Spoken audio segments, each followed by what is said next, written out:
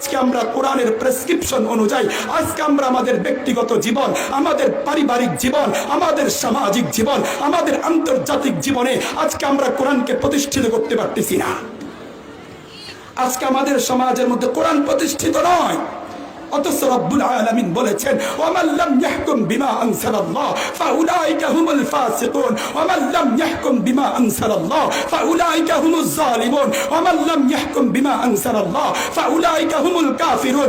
রব্বুল আলামিন বলেন, যারা আমার দেওয়া বিধান অনুযায়ী যারা বিধান কায়েম করবে না, যারা বিচার করবে না, তারা জালেম, তারা কাফের, তারা ফাসিক। কত বড় সত্য কথা।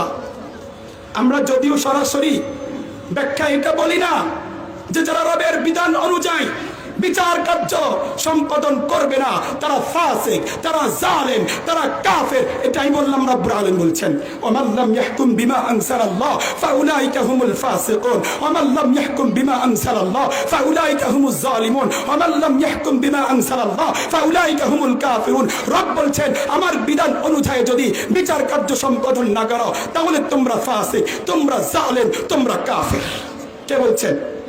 রব্বুল আলামিন। আমাদেরকে মাঝে মাঝে বলে, হুজুর আপনারা সরাসরি কোরআন থেকে কথা বলেন, সরাসরি হাদিস থেকে কথা বলেন, এত ঘুরপাক পেঁচাইয়া আপনারা কথা বলেন না। তাহলে আমরা যদি সরাসরি বলি তাহলে কাফের বলা ছাড়া তো কোনো গতি নাই। এজন্য আমরা সরাসরি বলি না, আমরা একটু ঘুরাইয়া বলি, যাতে করে উম্মতে মুসলিমা কাফের না হয়, জালেম না হয়। মান তারাকা সালাতা মুতাআম্মিদান ফাকাদ কাফার।